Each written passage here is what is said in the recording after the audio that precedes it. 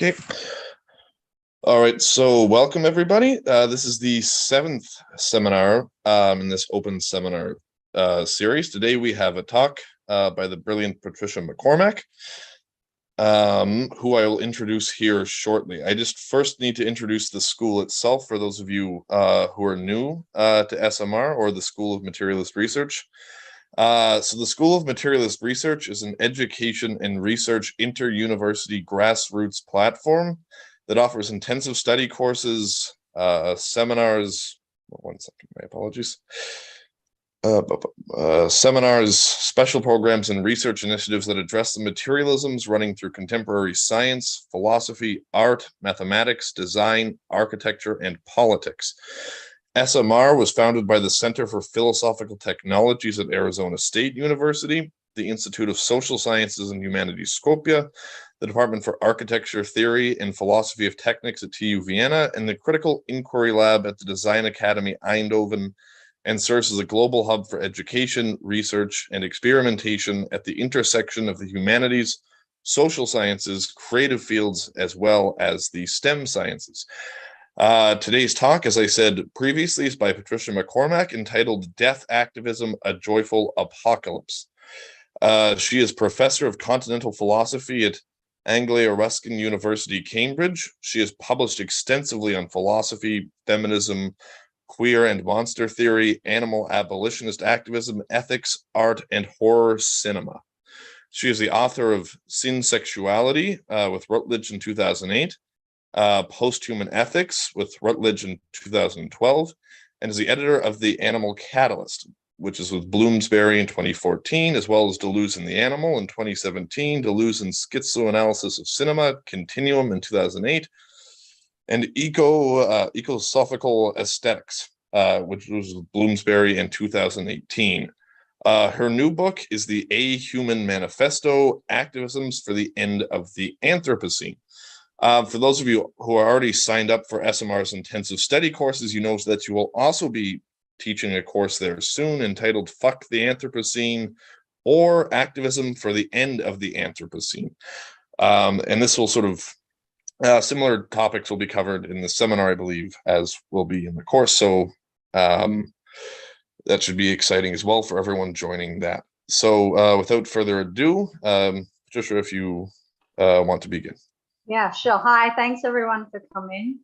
And I'm going to read. I don't have any pretty pictures, so feel free to walk around and just listen to my horrific Australian accent while you look at better things.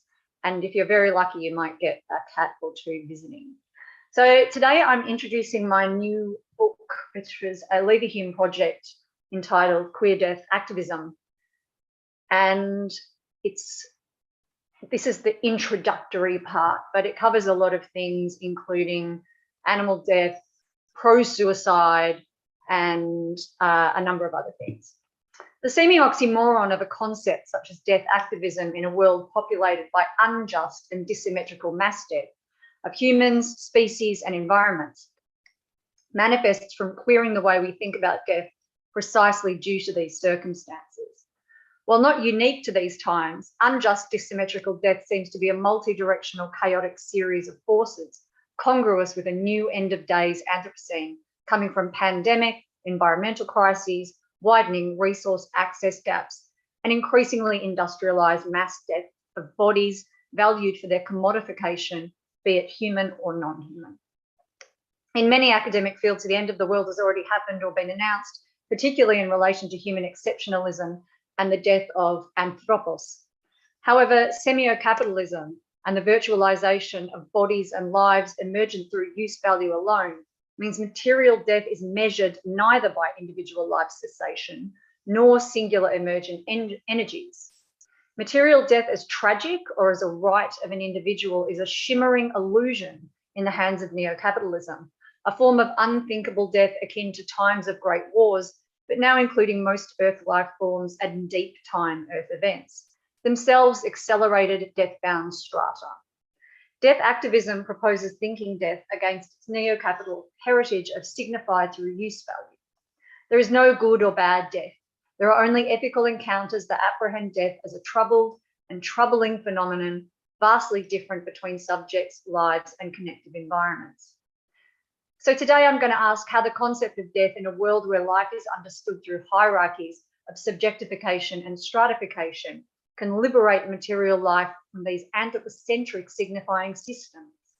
How self-death relations can be seen as joyful, in fact, potentially even imperative, while facilitating a different queer death attitude to other Earth occupants, and that may gift back the grace required to foster ethical, interpersonal, and interspecies encounters.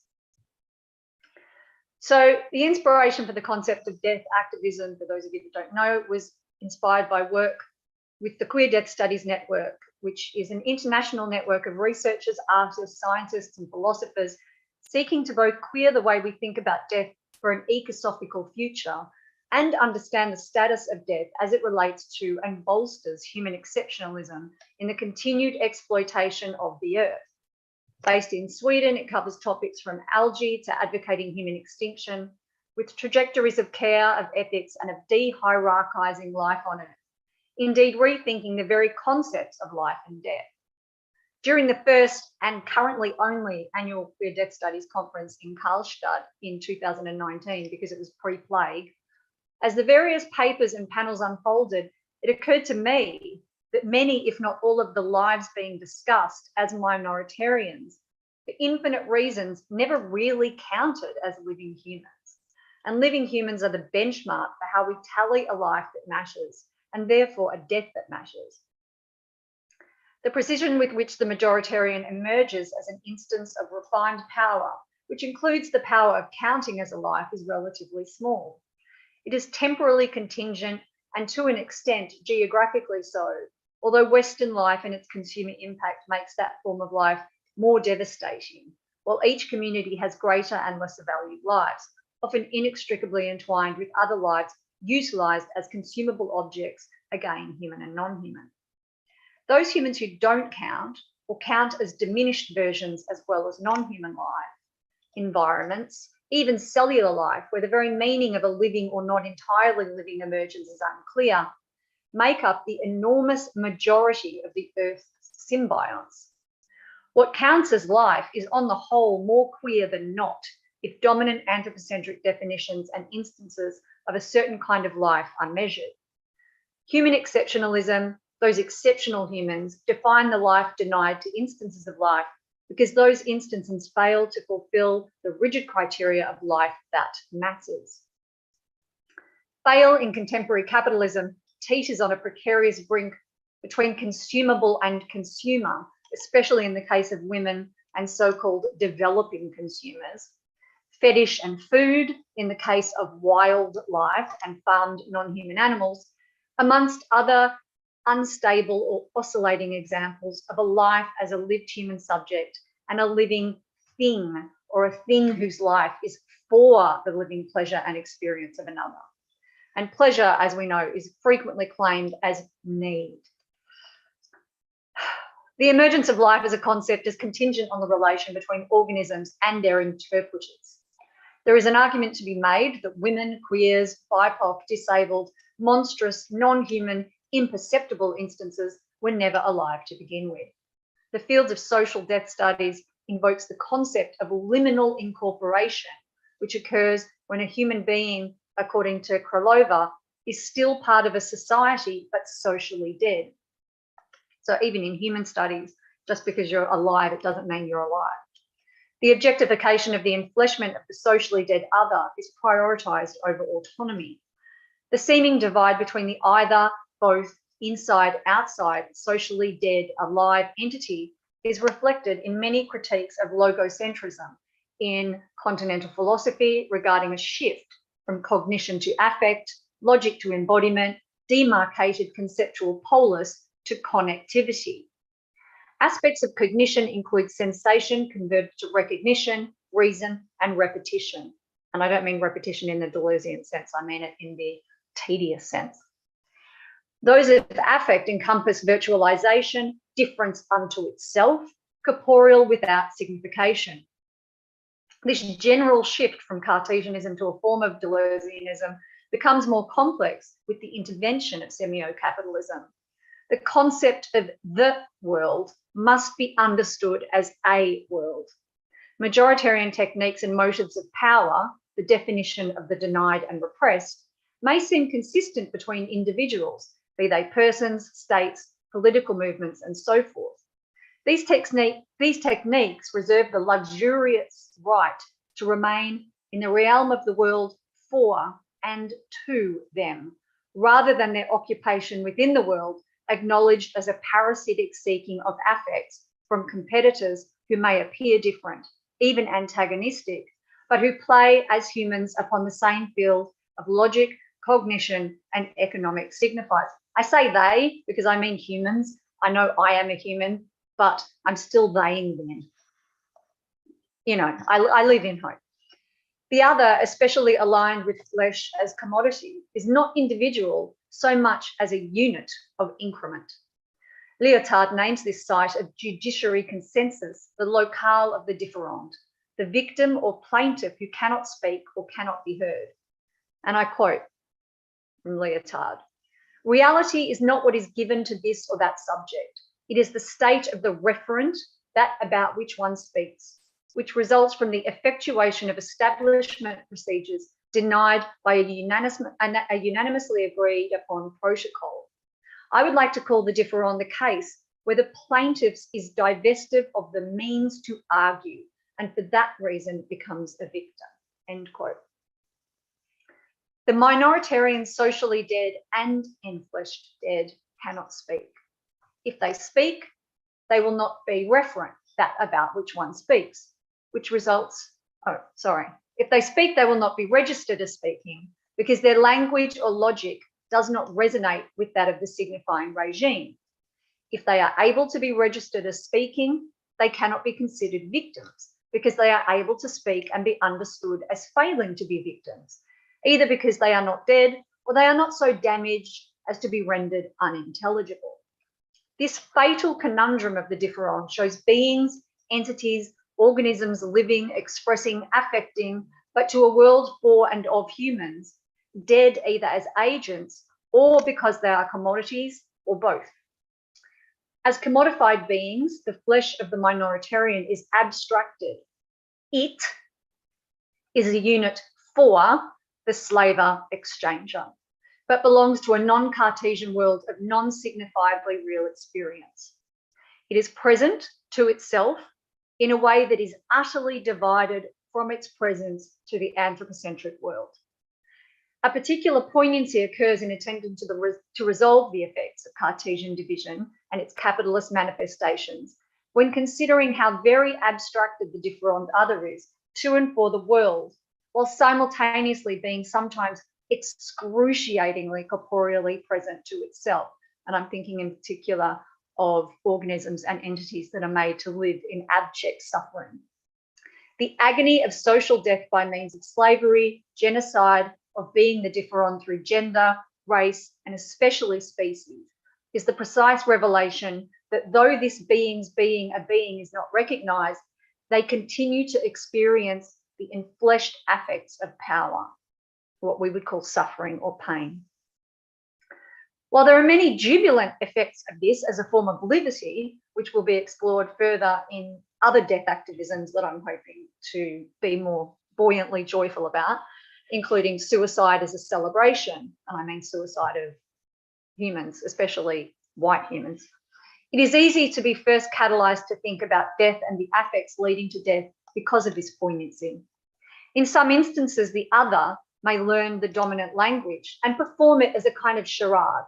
But unless the liberty to express and exist are available, the being does not exist, and as the différend is capable of neither pain nor technically death, because this would be counted usually something like a loss of capital or at best a tragic statistic for the person to and for whom the world belongs. You see a lot of deaths of animals as being loss of money by enslavement. Who can speak the world of the non-human other for and of itself? The wonder found in the utterly other world of the other, even while it is a shared world with us, threatens to reveal the non-human's other existence as a being while elucidating the world is for no one species or form of existence, from humans to anthropos. Teeming mass presences of others are all around us within this world, which is their world, yet as differons, they too exist for the human. The language of the other is adamantly audible.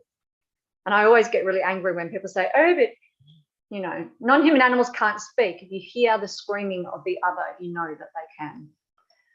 Elaine Scarry writes, this is a quote, physical pain is not only itself resistant to language, but also actively destroys language, deconstructing it into the pre-language of cries and groans. To hear those cries is to witness the shattering of language, end quote. And on a more optimistic note, I guess you could also say that that is where we encounter the pre-signifying as a poetic revolutionary language after someone like Christator. For those species humans arguably most affect with parasitic suffering, such as farmed and vivisected non-human animals, there are corporeal and audible pre-linguistic cries and groans. Anthropos does not register the pre-linguistic, humans turn away. This is why Carol Adams calls the non-human animal the absent referent. When the non-human animal is present, they are still always absent. When ethics are discussed between humans on the morality of behaviours towards the differon, they are still absent. It's still an argument between humans. The voluminous affective corporeal existence of so many human and non-human animals who are absented from these signifying regimes often conflates social death and anthropocentric death with actual death. Pain and suffering can also be included in this form of death, just as dying is included in death studies. The question of how to explore the liberties and joys of being embodied while not registering remains in the ever ominous light of the fact of being reduced to a commodified embodiment. And that's what leads so many to pain, suffering, and death. Because they are flesh, they don't count. Because they are flesh, we cannot register them. Because they are flesh, they are only flesh, and one must be either mind or flesh, social or natural. These are also the arbitrary bifurcations that need negotiation, just as increasingly the we and the they need negotiating in a world where victimhood is structured as incremental, such as identity politics, too often leading to the prioritisation of one form of victimhood over others, as if each victim must experience the world of and for themselves, first in isolation. And going back to that nature culture thing, I will deal with that in a minute using Michel Serre, but I'm talking not about the nature culture divide, which we're already over, but I'm talking more about the idea of being able to speak the encounter with nature without resorting to anthropocentric language at all. Thinking a simultaneity of liberty, which enmeshes an enfleshed experience with the world between a we and a they, when most of the world's beings are always together and both, is further complicated by semio-capitalism's co-option of corporeal affectivity. While many theorists celebrate affective embodiment as rendering an emergence of enfleshed politicization, Claire Colebrook flags affective existence as a risk of ultra-contemporary addiction based on capitalism's desiring mechanization of affective repetition without politico-collective context, leading to what she calls a narcissistic enclosure. Pleasurable short-circuiting creates repetitions of jolts of signifiers utterly devoid of anything beneath, from social media likes to purchasing disposable items, and isn't everything disposable now, until the signified for all of contemporary capitalism's jolts is next. This could be a strange new turn of Lacan's desire, don't tell anyone that I mentioned Lacan, that exchanges objects eternally until death, dematerialize because the physicality of the object is barely residual in its experience. Except the physicality of the slave labor or the murdered non-human flesh, of the genocide leading to the social media post of support for the absent referent is very real. Perhaps this pleasurable jolt is a numbing opiate, countering the affectivity of permanently and perpetually wound up capital precarity, of living pay to pay, day to day, against raising the spectre of competitive victimhood to try and make sense of the violent eruption of competitive super exploitation.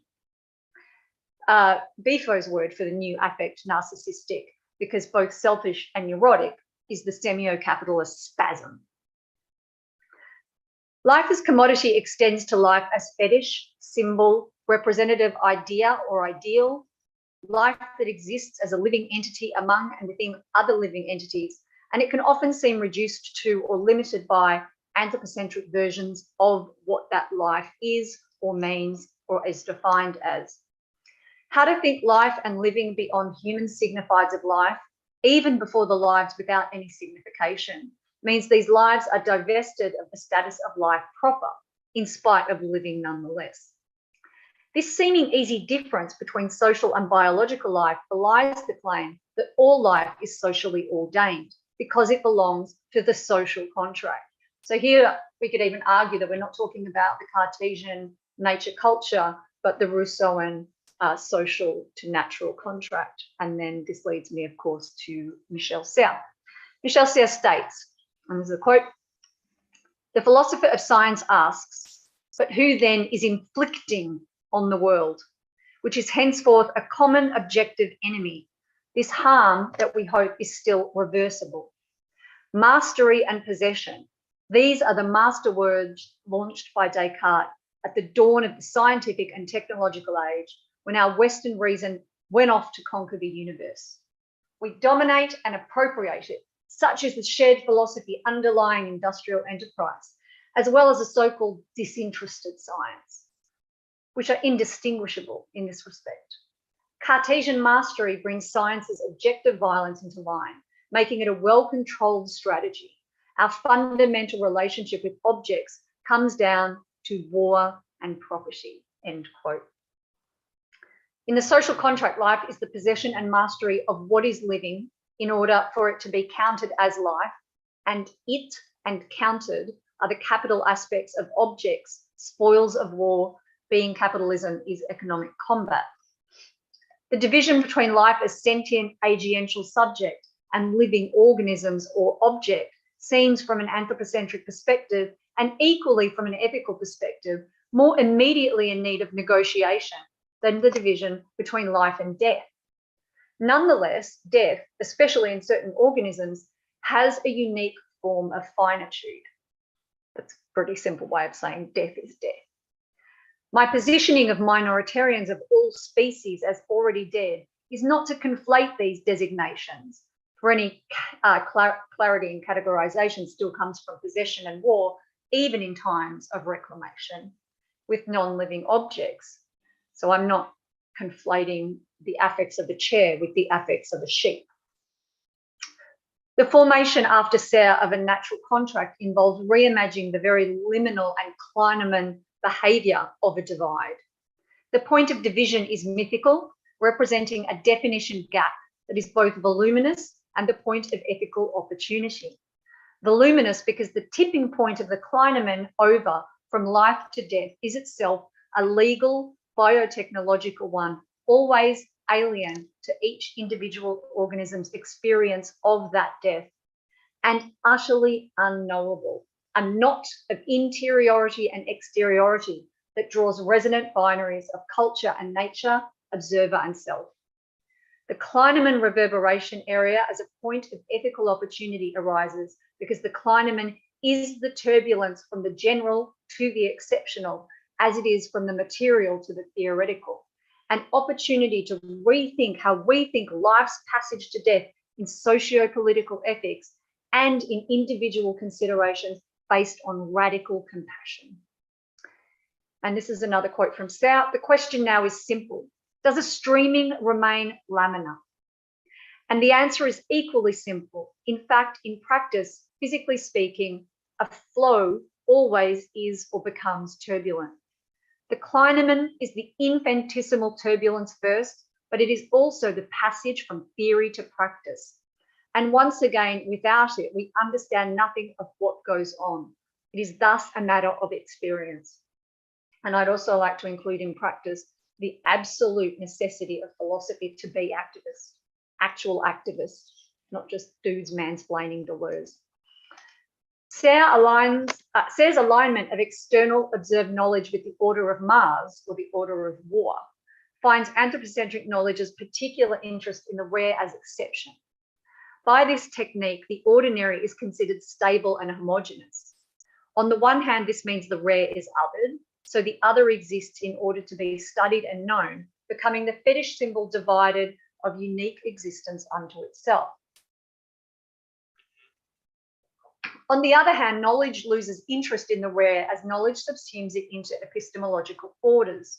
So the individual instance of an exception becomes a greater symbol for the entirety of many individuals. And I particularly get annoyed by that in the use of species. This is so in the case of gender and race, but also the foundations of species and therefore speciesism, making it almost impossible to think individual organisms, human and non-human, as having a individuated, singular, and utterly unique self. The organism, as Kleinemann evinces that species, gender, race as consistent flow is incapable of attending to the complex turbulences which make up any and every entity, and is able to describe the turbulence in the act of pronouncing knowledge as a meeting point of biological materiality, anthropocentric enunciation, the social and natural.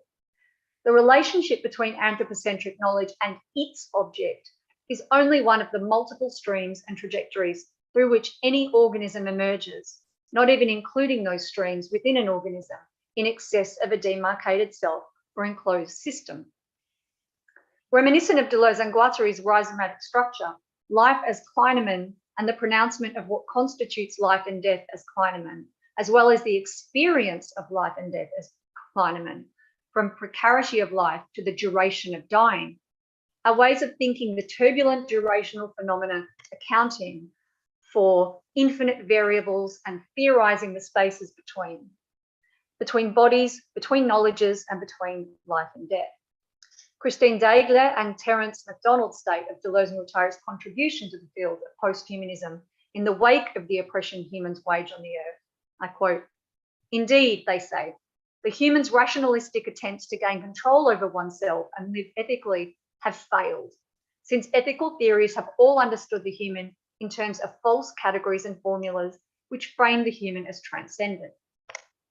The mode of thinking is in utter disregard of the being of the human that fails to fit these rational and logical ideals. Despite its illusory power and its continued attempt to do so, human reason is unable to rationalize the irrational, or better said, the a-rational. Life itself, in its dynamic overflowing state of flux, resists and subverts as it unfolds as an autopoietic force." And I would add to that, not only the human, but also all non-human life, end quote.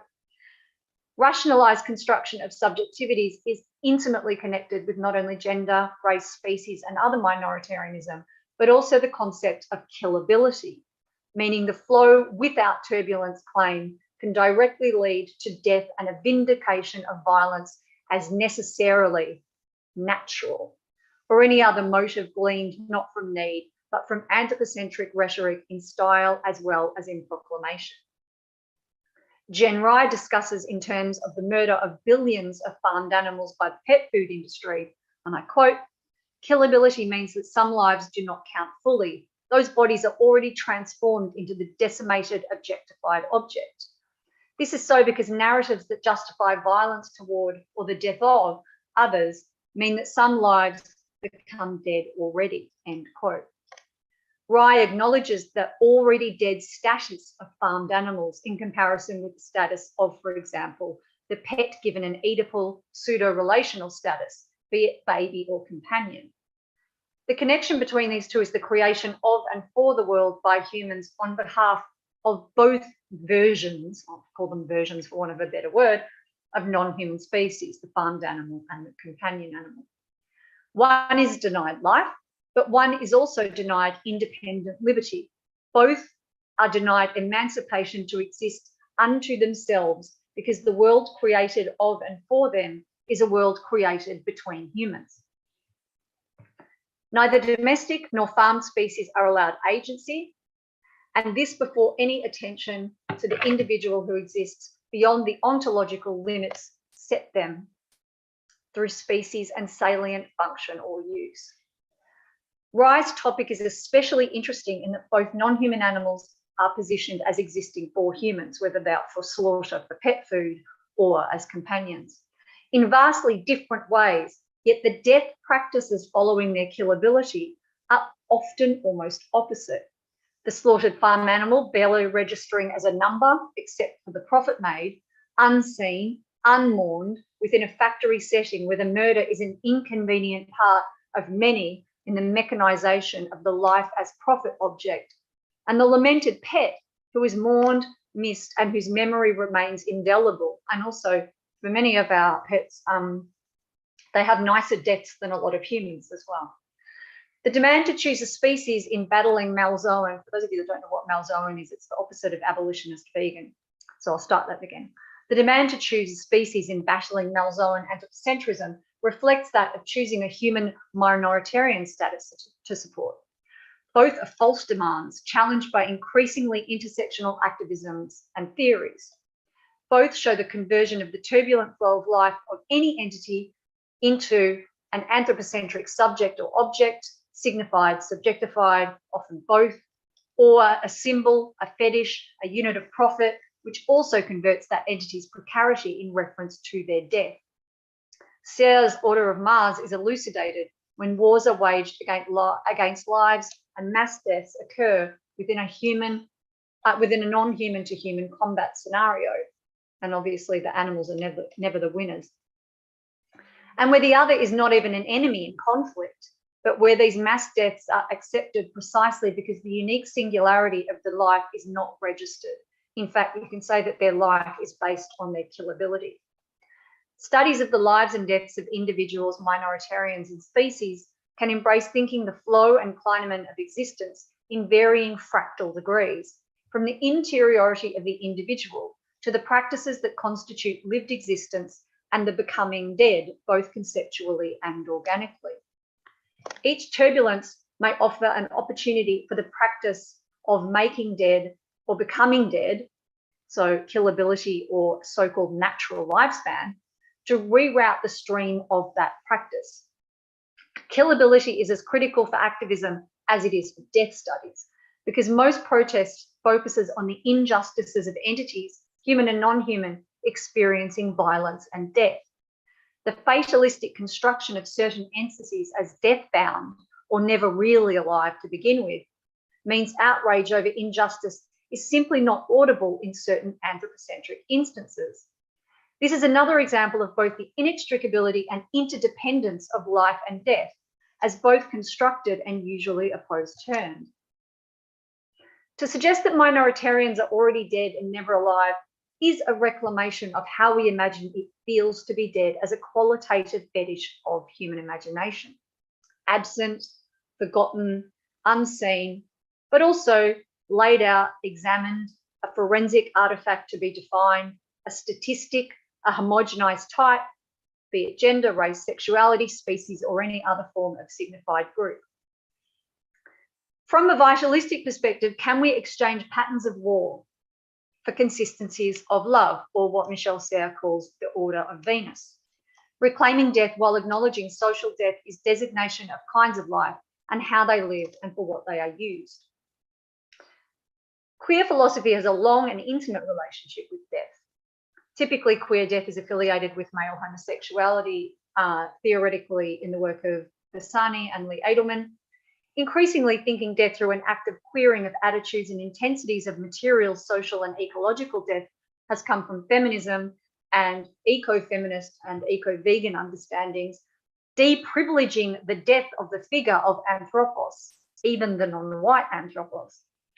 Just as that Vitruvian humanist white heteronormative able-bodied male Judeo-Christian God simulacrum figure has been challenged as representative of the idea of what constitutes a human, so too the understanding of death is often unspoken, the death only of that figure, or evaluative comparative to the loss of the anthropomorphic. Death is a concept emergent contingent to the significance of the entity which brings it into being, including an anthropocentric relation with that being. The death of the object of value is raised, for example, when it is objectified by the dominant figure, but not for what it is in itself. And this creates more or less lamentable deaths. Ecological activism currently reorients toward ecology of and for anthropos. So this is why Extinction Rebellion is such a nonsense, because it's all about humans, certainly, and especially Western humans, and who will take care of their children as they pop them out. Sustainability seeks to guarantee the perpetuation of those kinds of humans. So that's why sustainability, as we all know, is another nonsense term that is increasingly, thankfully, unfashionable in philosophy. Mass death or enslavement of particular kinds of humans, and especially non-human animals, as well as environments themselves understood as organisms with an eco and geological durational life, are not measured as equivalent to the lamentable death of the human. The address of death is beyond the death of observation. The familiar Stalin comment, the death of an individual is tragic, while the death of millions is statistic. In counting only certain kinds of death as death and perpetuating a compulsory form of life as living at any cost for a certain kind of figure, what counts as both life and death is more qualitatively nuanced than just numbers, species, gender, race, sexuality, and ability. Queer understandings of death can intervene in both expected and novel ways. So-called extreme ecological radicals who advocate a cessation of human reproduction resonate in activism and perhaps moral attitudes from the mainstream with queer culture, i.e. we get lots of hate mail for being too queer. The former is immoral for suggesting the outrageous claim that the white Western human isn't compulsorily worthy of continuation at any cost, and the current cost for the earth, as we all know, is exorbitant. The latter has been variously seen, and the latter is queer, religiously, legally, medically, and still morally, as caught in the paradox of being illicit because reproduction is not possible naturally. An example of the raising of the mythical concept of nature against culture as a convenient, ridiculous, anthropocentric rhetorical device. I would argue that in recent times, feminism has also foregrounded reproduction as not a glorified, uniquely female vindication for the existence of not men, but as a form of drudge slavery to which women are defaulted. This before the contestation of the normative category of gender. And I'm noticing increasingly, actually, that my students, especially the women, are so tired of being asked, when are you going to have children? And are saying, what am I? A baby machine. So that's a surprising thing because that was not around 20 years ago. Reproduction as a battleground of queer feminist eco-activism contra anthropocentric normativity is only one site where the privilege and deification of the anthropocentric worldview is challenged. But it is a useful site on which to start because the death of the idea, the inherent value of the Vitruvian anthropos is what is being contested far more than actual material deaths of any and all organisms in antinatalism. Compulsory reproduction and antinatalism on the eco-queer feminist battleground can be understood as their own form of a queer love story. The violent romance between humans and the earth is complex in that it is a monodirectional struggle of resistance to response and reciprocity unless on human terms. Colebrook states, and I quote, "The very eye that has opened up a world to the human species has also allowed the human species to fold the world around its own increasingly myopic point of view," end quote.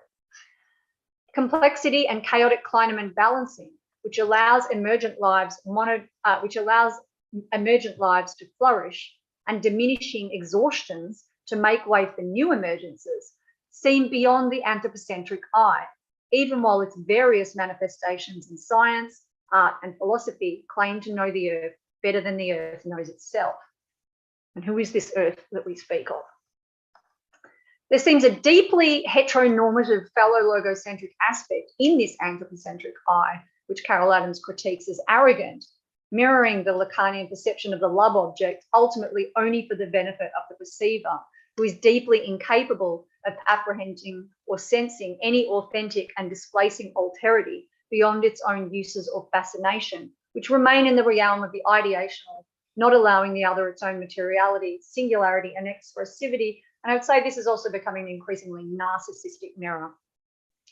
Queering death studies becomes the study of the constellations of the dead, never alive, deaths which don't matter, deaths which exist as a living dead.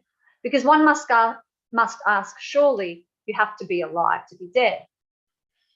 Queer death studies is about both queering death, mourning the uncountable through activism, embracing death, the death denied, creative understandings of never coming into being, and recognizing that categories of life and death do not mean the same for those who do not fulfill anthropocentric exceptionalist ideas of what constitutes a life that can die.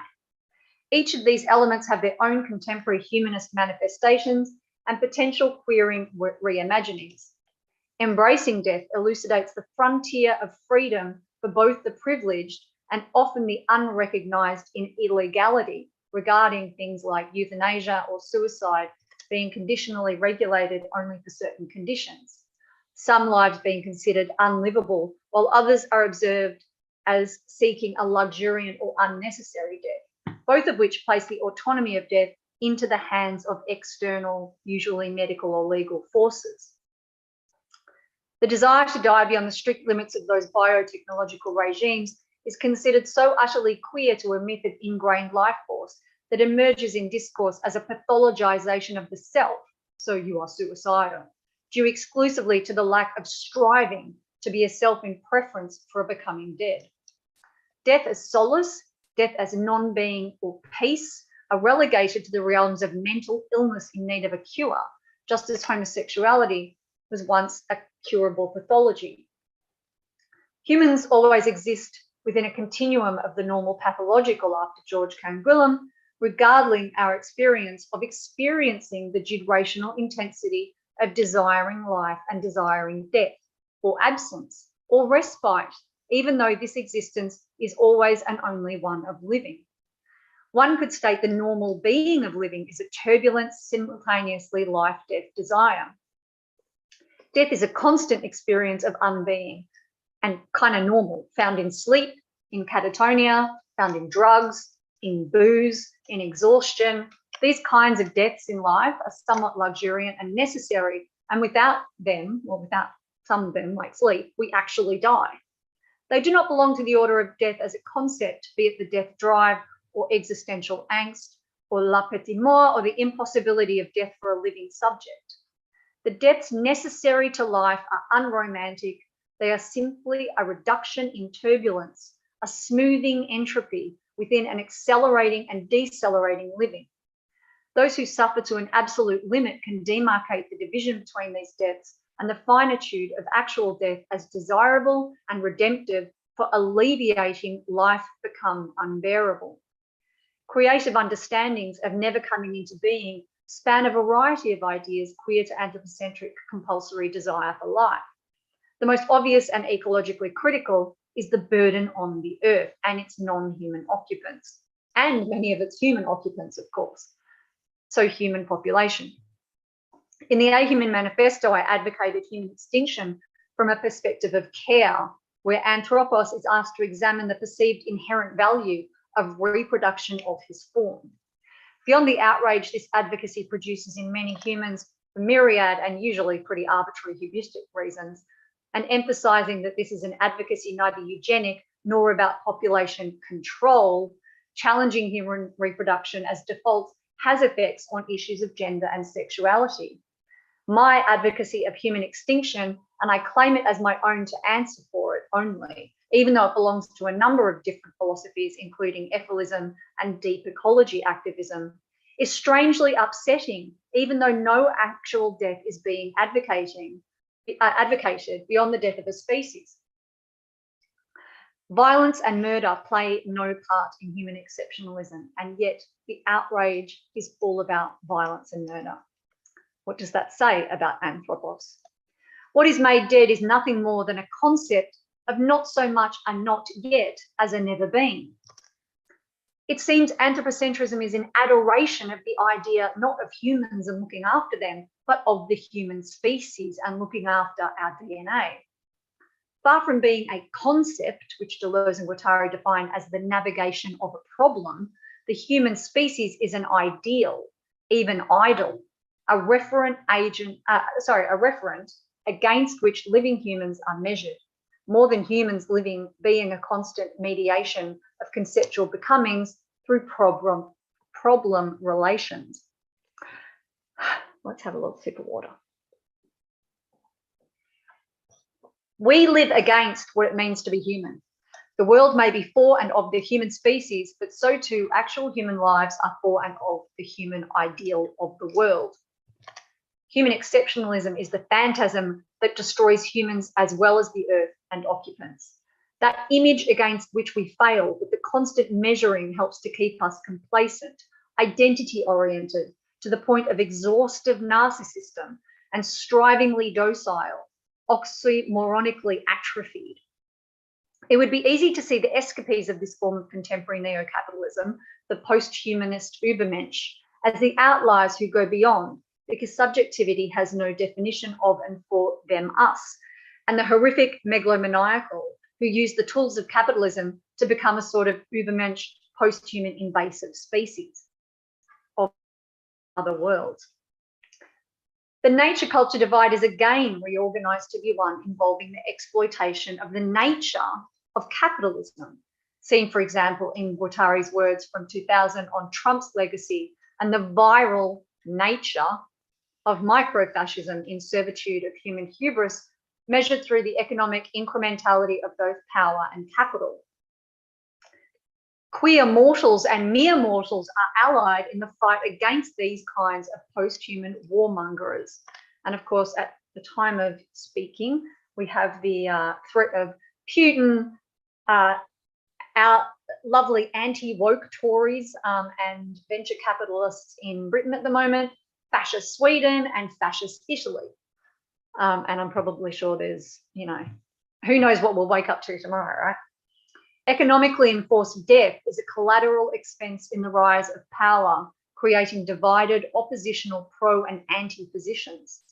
Yet in the case of, for example, COVID, a collateral creation by humans born of non-human animal exploitation, the virus was designated, and still is, as a moral value of evil because it kills humans simply by encompassing the normative seeking to thrive, or it is denied as an absolute lie of world governments by conspiracy theorists who often happen to ally themselves with the separatist, power-adoring more than mortals. And it seems no coincidence that the closer these men get to the end of their life, the more voracious their desire for an accumulation of power and wealth becomes. To claim such heinous figures are post-human sullies queer post-humanism as a practice of valuing lives as singularities and unique constellations in relation. It does affirm that there is no guarantee of post-humanism being more ethical. The phenomenon of the aging white male in power becoming more parasitic, more imperialist, cannot simply be a coincidence, considering his proximity to death. This is an ageist statement only defined by the proximity the subject has directly to power accumulation, because no one seems to care about the old white men dying of the cold in Britain at the moment, for example, if they're poor. It is untrue for most living and aging humans. The already dead, because never having been experience of queer non-subjectivity, is post-human in practice, a living and joyful alive, but possibly social dead status. A multi-sharing being. It shares in an additional status of sharing. The unlike but like social dead and non-human never counted, the killable, all form a collective sharing connection where divides of nation-state subject group licit and illicit alliances do not make sense in the same way of those of majoritarian anthropocentrism, and they don't like to share. To be dead, queer in alliances and subject deformation means to be thriving in conditions often untenable, particularly porous to navigations, creative formations, and escape routes. For those who count, the thought of becoming actually post-human, because post-alive, seems to lead to a hoarding of micro-fascisms, a seeking of relations of self with self symptomatic of Stiegler's schema of the neganthropocene, negentropy driven by power as desire and vice versa, so short-circuiting alliances of desire with the unlike, human, animal, vegetal, mineral. Queer becomings acknowledge the involuted proximal effects in which we live with others and the singularities which these others are in excess of taxonomies of subjectification and species. Taken as an alternative to Thanatos as the end of the increment of power as capital, both subjective and economic, and even the thinking of generic species becoming, this brilliant meta-anthropocentric imagining of the emergence of the coronavirus via three singular encounters between unique singular emergences from potentially arbitrary species in desperate need of liberty from anthropocentrism by Nina Leakey and Camilla Marambio. So now I'm going to read you their fable. So this is the alternate version of the Thanatos of the evil virus. So here I'm quoting Nina Leakey and Camilla Marambio.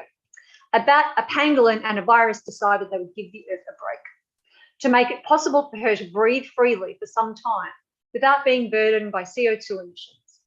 So the bat, the pangolin, and the virus developed a plan. They wanted to give humans immersed in hubris and ideas about their superior and exceptional entitlement to treat all other Earth beings as resources, a lesson about kinship and shared vulnerability. The bat and the pangolin knew that it might cost them their lives to make the plan materialize because it involved yet another potentially deadly encounter with humans whose extractivist expansion, radical eradication of their habitats, and intensive poaching threatened both with extinction, not only as individuals but as species. However, both felt that it would be worth the try because the situation for the Earth and all its inhabitants was so desperate anyway, and if they collaborated, they might cheat the humans and be able to escape alive, end quote. Or should I say, end fable. So this is deliberately presented as a fable for humans.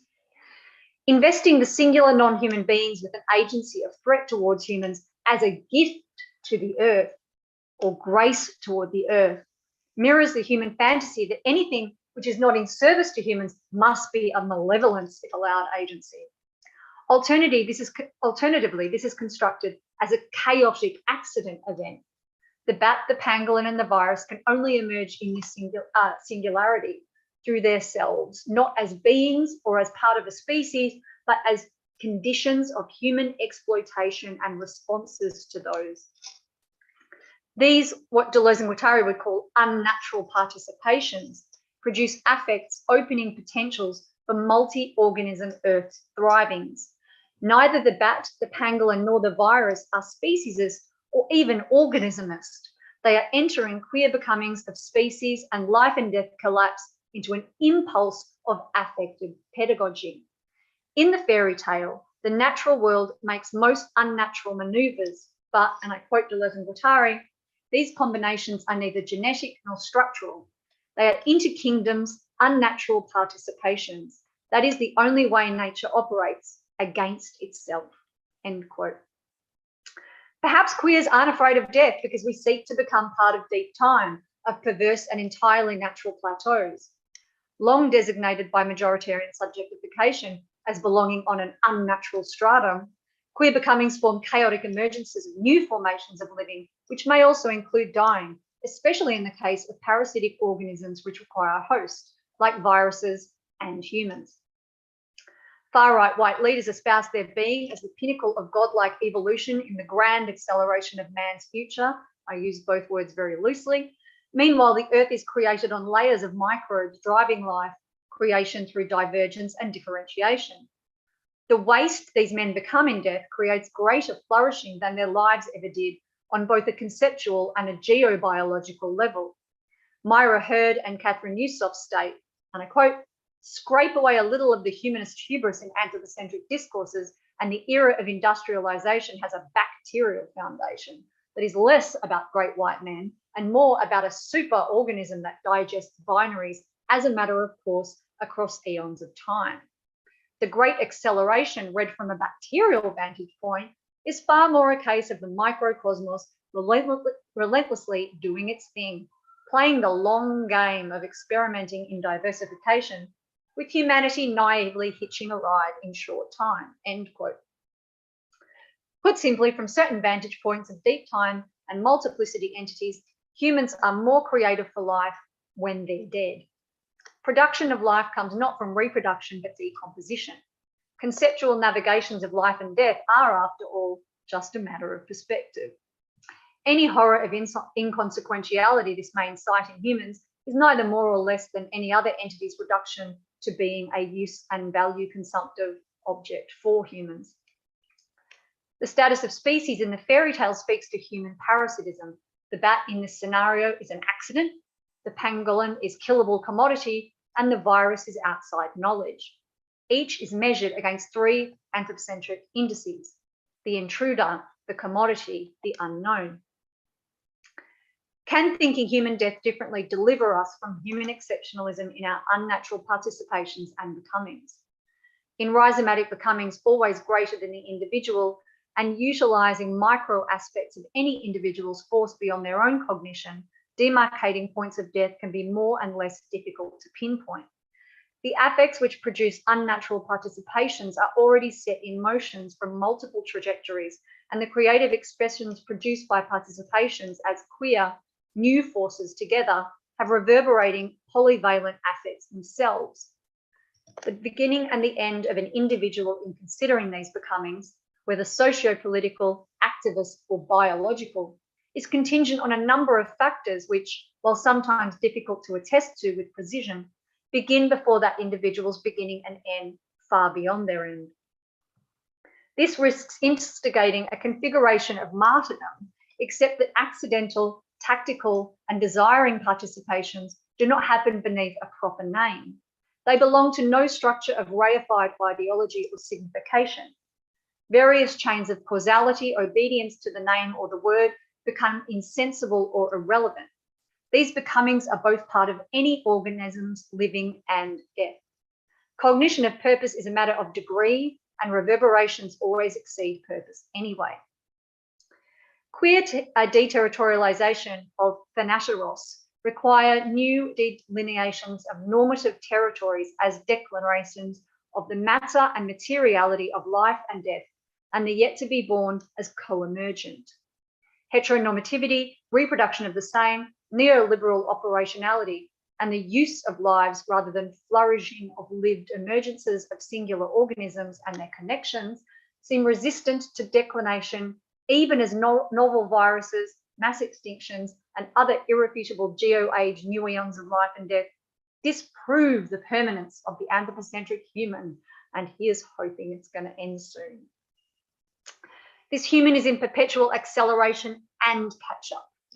In the case of wait-and-see biocapitalism, humans are too early, developing practices which, be it from motives of economy, luxury, or simply hubris, from the Frankenstein impulse of because I can experiments, arise whether in science or economic arenas, producing outcomes that can vary from intense suffering, especially in psychological and vivisection torture of humans and non-humans, or experimental intensive farming, for example.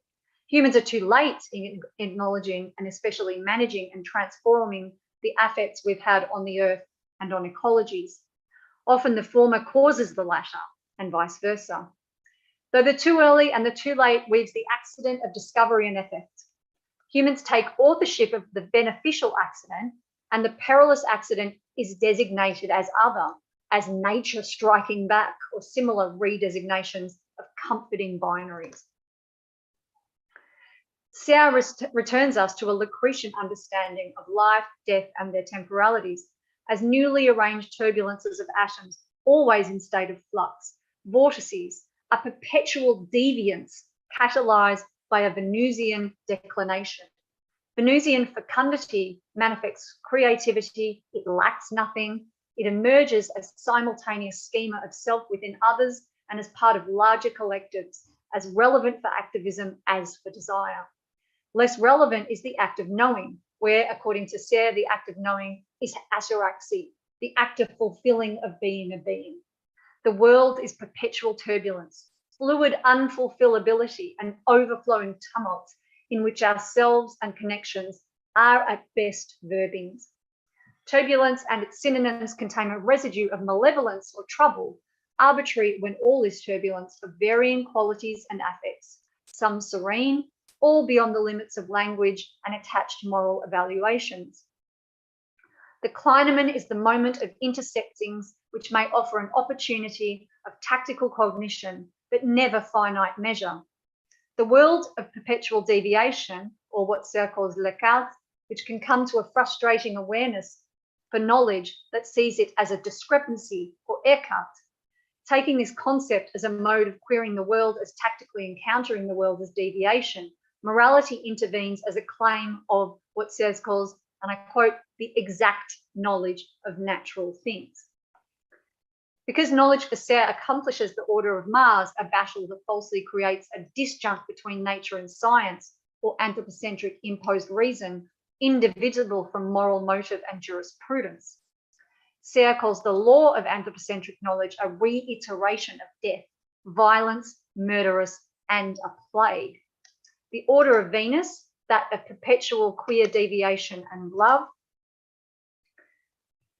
and declination, swirls and circles around as an order of nature as love, or nature becoming love, repudiating the fate and destiny found in anthropocentric perception, which conceals in its claimed truth a faith in its own ordering.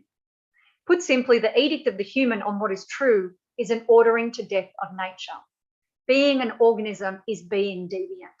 For queer theory, the order of death coincides with anthropocentric announcement, in the face of which the actual territory of the white male face, according to Deleuze and Guattari, the rearrangement of atoms moving toward entropy, and change apprehended as the natural phenomenon of death comes much later. In prejudice, in killability, while shimmering with living and living connectivity, social death can be both a liberty and a violation. To not be recognised as life brings all kind of creative and oppressive affects.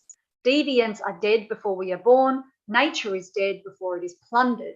The order of Venus finds fecundity in all meetings of matter in infinite and infinitesimal fractals, between, within, and beyond preemptive systems, regimes, or knowledge. The natural order's fecundity is overwhelming in the complex ecologies of both life and death, increasing and decreasing, emergings and recedings, durations imperceptibly slow, fast, novel connections made perpetually. These inevitabilities of nature, to which the human organism, but not the human subject, belong, are what leads to the infinite complexities of desire and to plague, to the viruses that inform and alter human evolution, and those that shut down the world for a few years. Like viruses, there is no morality in nature. Morality is the infuriated hubris of the deviant perceived as disjunct with the Anthropocene. Queerness belongs to nature, to the order of Venus, and to love. The phenomenon of death included in this world is inevitable, sometimes lamentable, sometimes welcome, always beyond us as we live within its belonging. The death anthropocentrism brings means that for many humans and all of nature, our existence is conditional. It demands productivity and docility. Can queers, can alterns, can non-humans, can nature be considered as ever having lived under this regime? The quality of life in anthropocentrism is one often of fulfillment and discrepancy, of a human simulacrum, a defleshed performance, anthro-drag, activism, a refusal to wear the garment. All organisms occupy a contested oscillation site of emergence and disappearance, contingent with the morality of each human time and place, increasingly reducible to use value.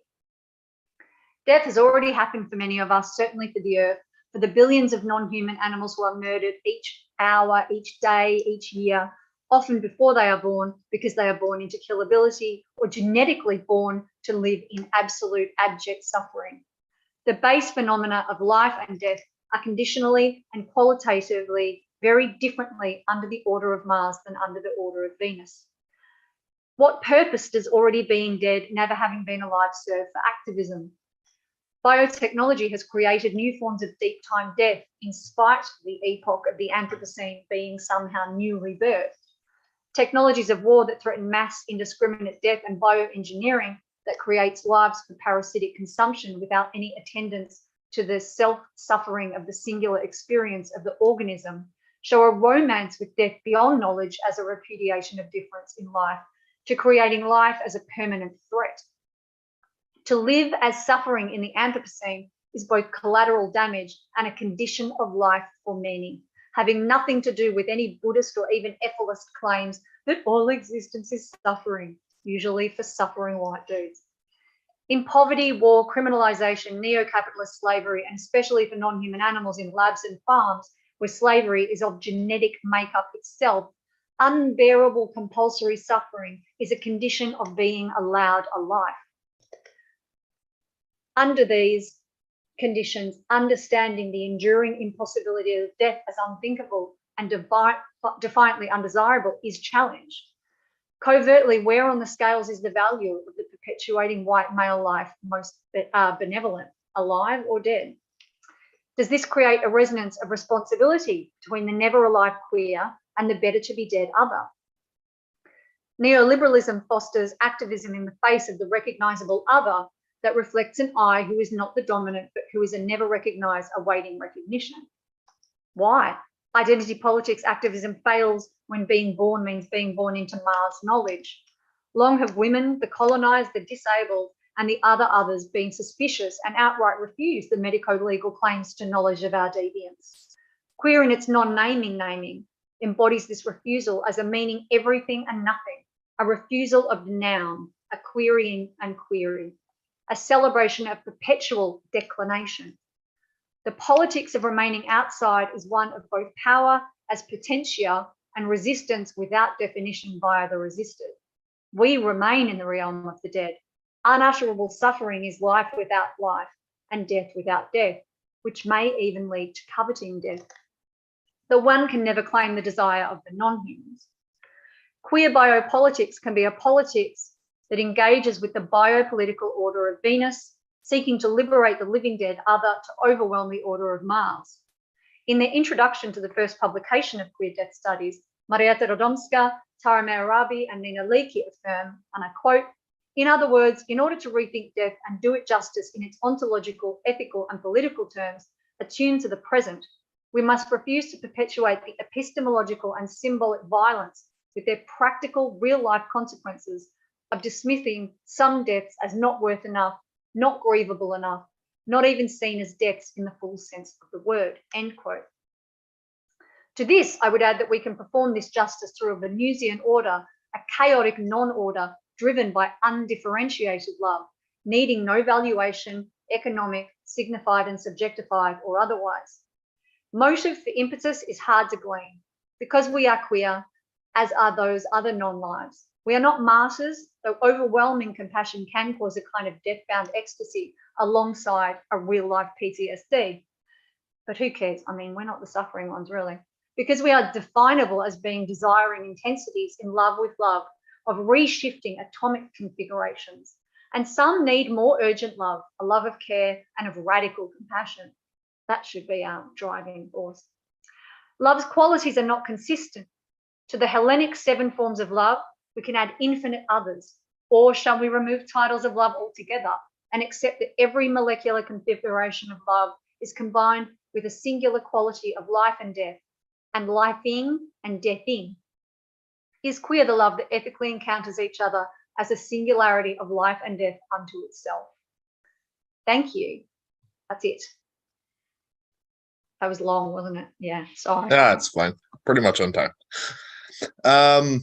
So if there's any questions at all from anybody here in the Zoom room, then you can raise your hand.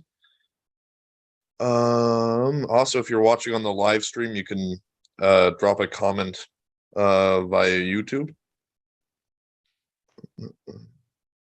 So is there any question here to start? Someone had their hand up. Helen Brem. Okay.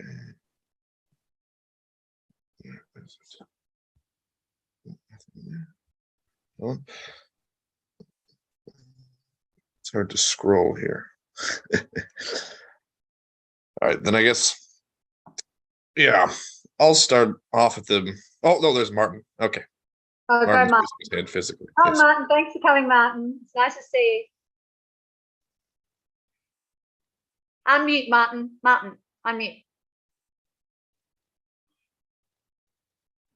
Thank you. So there seems to be some kind of connection between what it means to be a human and Deleuze's notion of a life. And it seems to me that both point toward the cognition of immanence, which points to a kind of undifferentiation, which also points to your notion of love. So I'm wondering whether you want to make that connection between the a human and the a life explicit. Yeah, okay, sure. I can try and do that. Yeah. I definitely think that and I'm gonna deviate via Sarah a little bit because it helps clarify in my head that it's this idea that, you know, what constitutes a life. The minute that you start to define what constitutes a life, you're taking yourself outside of immanent materiality, outside of affectivity. You're taking yourself outside of any kind of Spinoza's understanding of a singularity's impetus to simply be what it is, which is without any definition. And I think that one of the, not one, but many of the aspects that interest me in understanding that through love is that this giving away or giving up designation, signification, subjectification, it involves a kind of a leap that is also very resistant to power and to control and to knowledge. And so you kind of have to make yourself incredibly compassionate and vulnerable, and you kind of have to know how to not know, or how to unknow, or how to encounter, you know, maybe what Blanchard and Foucault would call the outside. And yet you also have to encounter. And then when we think about really kind of understanding how we can create material activisms that deliver organisms from their suffering, we have to think about that in a way that does involve a complete repudiation, and especially legally even, of the idea of who one's own subjectivity is, and therefore what one's life, how one's life is constituted. Because, for example, if you're on a rescue mission, which in this country are illegal, you have to not be concerned about your selfhood, because that may lead to things like arrest or to a criminal rap sheet or whatever. You have to think about really material stuff like, can I lift this non-human animal? Or, you know, have I got enough stuff to move this non-human animal elsewhere? But the other thing that it's not is it's not sacrificing. Too many people are very, oh no, but you're sacrificing and you're a martyr. And if people say that they are putting their body on the line, and by their body they usually mean their subjectivity, but sometimes, you know, it is their body. But it's not martyrdom, because if it was, you would have to still be attached to the self that was a subject, not to the self that was an a-human experience of immanence that is seeking a connection with another a-human experience that is not being evaluated on what they are, but that they are. So this, you know, this organism's experience of immanence is in need of some kind of movement, or what Deleuze and Guattari call escape route, for example, in Kafka, where the escape route is not conditional on the definition of the animal. The escape route is simply the different intensities by which different immanences flee the signifying regimes of the human. And it's love, because what I like about it via Sarah is it's not like good as opposed to bad, or wholesome as opposed to not wholesome. You know, there's lots of different kinds of activism you can do that can be violent and queer and compassionate, that are quite brutal So it also delivers it from those delegations to traditional binaries of what is, for example, feminine and masculine, logical and emotional, those kinds of things as well. So the whole sort of, I guess you would call it, assemblage terrain or territory of love is absolutely overwhelmed by multiplicities of affects that are not in competition or are oppositional, but that can all occur simultaneously. And I guess then to say something like, trying to attempt to be a life lived in love is trying to live without deferring your living to anthropocentric designations.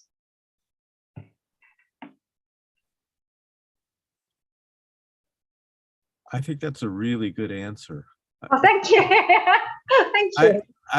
If I could push you a little bit further, Yeah, go. Say, what would be involved in a program of evolving cognition that would enable that? I can't answer that question. That's too hard. That's okay. I mean, I think that the first and foremost thing would be there would be no one mode of cognition. Or potentially we would live in a world of multiplicities of cognition where anthropocentrism would just be one sort of hangover bit, one option. But again, they would all be sticky, they would all be mucosal and connective, but they also would all be potentially simultaneous. But no, that question's too hard. I'm sorry. Thank you. What do you think, Martin? What do you think? Do you think, how do you think we would non-implement this non-singular mode of cognition? Yeah. Well, this is your time and not mine, but where I've been looking for models, and one model is what happens during jazz improvisation, which is basically a discipline that deliberately fosters, cultivates cognitive bifurcation, which are Kleineman, after all. Yeah, I think it's really important. That's why I sort of pulled in the deordering of epistemologies, because I think there is potential, and so as a scientist, there is a potential for these kinds of disjuncts and Kleineman understandings to be found in all epistemologies. So it's the style rather than this one's a good one and this one's a bad one, because as we know, there's a lot of really awful art that is pretty adherent to anthropocentrism. Same with literature. So it's not even like you can say, oh, only the arts is the conscience. Yeah, avoiding the one size fits all kind of. Yeah, thing. I think it's found in style. Yeah, maybe. Thank you. Thank you. Thanks. There's a question from Felicity Coleman. She sent me a message. So generally, she just wants to know what your exact definition of the Kleineman is, or the Kleineman. And then she said she was interested in your discussion of thinking about it in regards of the flow from the general to the exceptional as a state. That is the. So. Yeah. I mean, I'm not a physicist, so, I'm giving you my understanding of the birth of physics. But the Kleineman is basically this idea that, sort of relating back to what Muddy was saying, that things don't have a consistency. Things are always made up of forces that are sort of bashing together, or they are imposing themselves on each other. And it's easy to think of this like in a two-way way, but it's also always a multiple way. And so the Kleineman is that moment at each point where we would tactically observe or measure or look at it because it had a particular importance. So maybe it was particularly atrophied, or maybe it was particularly volatile, maybe it had a particular speed or slowness. and thereby it was remarkable. In order, for example, certain Kleinemans will create quite volatile deviations, whereas other Kleinemans will just keep laminar flows going on and on in the same way. So it's a kind of form of disruption or rupture, but it doesn't need to be a violent disruption or rupture. It's just it's the moment and the way and the consistency by which things encounter each other, including any individuated thing that is always in its own mode of Kleineman. So, we are always more than one thing that is always buttressing against each other. And I think that the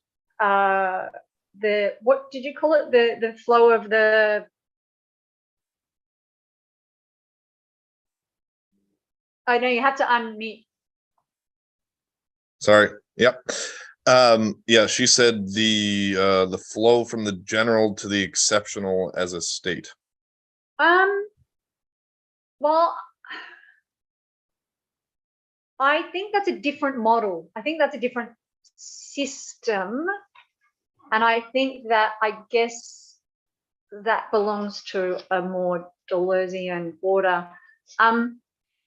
So in that respect, I would say I don't know if they map neatly on each other, but I think that if you wanted to try and navigate how they could be useful in mediation with each other, there is a huge question always hanging over my head, and I'm sure it hangs over a lot of other people's head, but particularly in terms of action, activism, and even, like, in inverted commas, apprehension, how we can be, like, away from knowledge and away from the order of Mars, but we can still attend and we can still be attendant.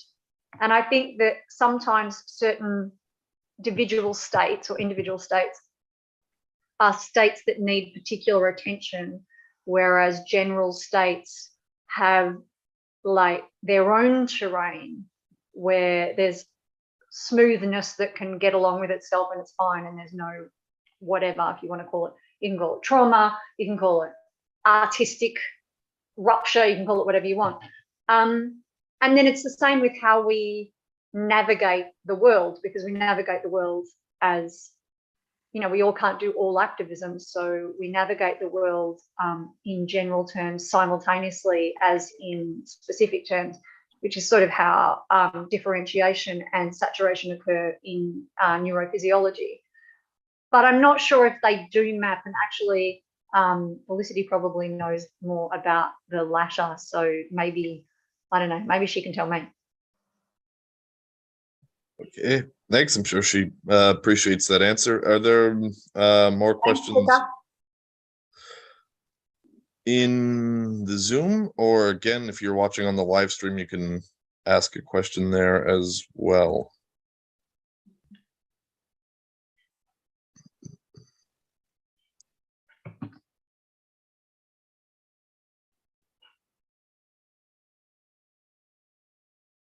Okay.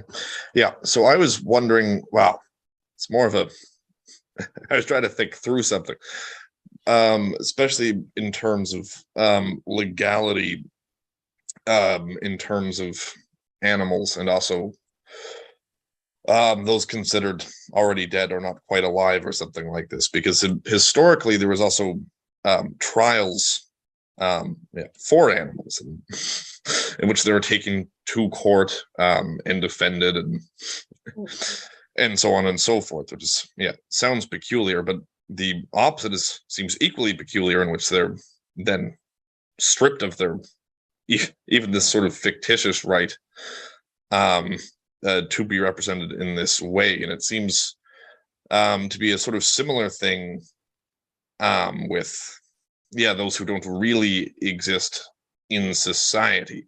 They're either originally banned from the courts or enter into the courts only to be sort of discriminated against as such. So I'm sort of, perhaps too abstractly, but I was wondering, what is the sort of legality of death, or of a joyful death, or a perpetuation of a law that perpetuates something other than this sort of simple notion of existence or something, if that makes any sense whatsoever. I mean, I can.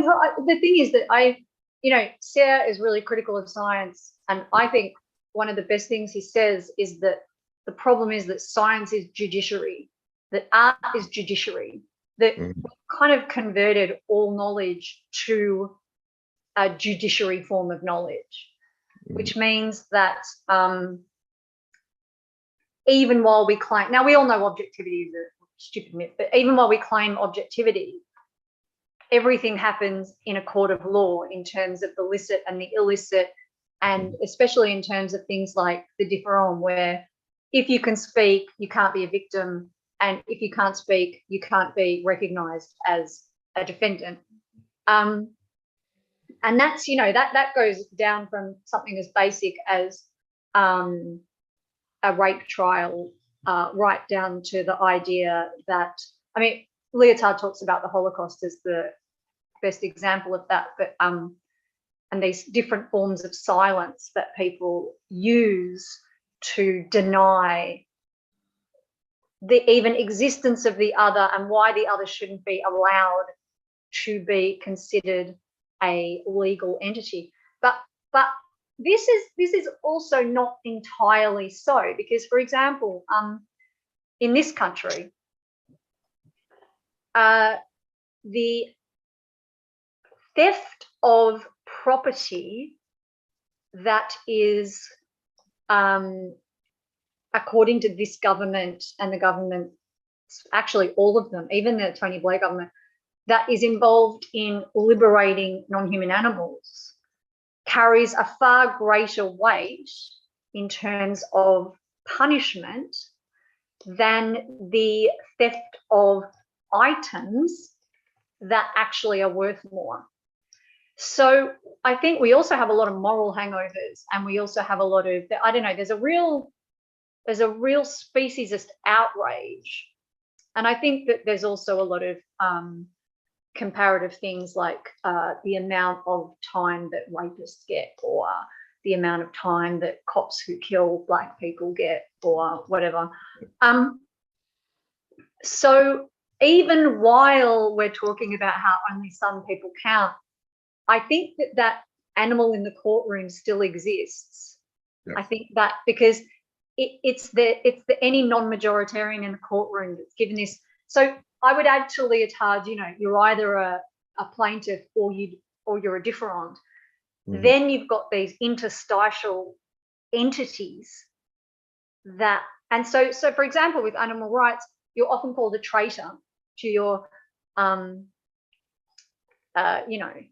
like you're a traitor because you should be on the human side. And we hear this more and more often, actually. We hear, race traitors in the far right. And then I've been called a traitor to my species, which is one of the favourite things I've ever been called in my whole life. But so there's this added feeling of treachery to the already criminal designation, which I find quite fascinating, because even if there was a claim to objectivity, there is this residue of morality. Yeah. I don't know if that addresses your question at all. No, it does, and you managed to respond to a very nonsensical question. So thanks a lot for that. There's a lot to think about there. Are there any more questions?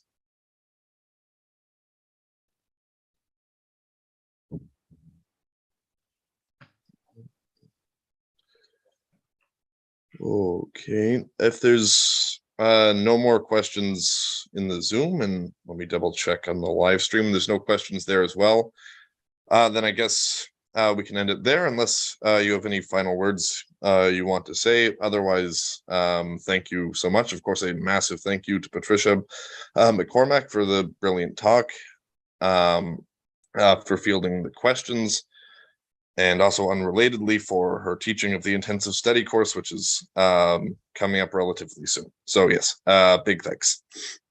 Thank you. Thank you all for coming. It was nice to see you, and especially those I haven't seen since COVID. I miss you all. Take care, Patricia. Thank you. Bye.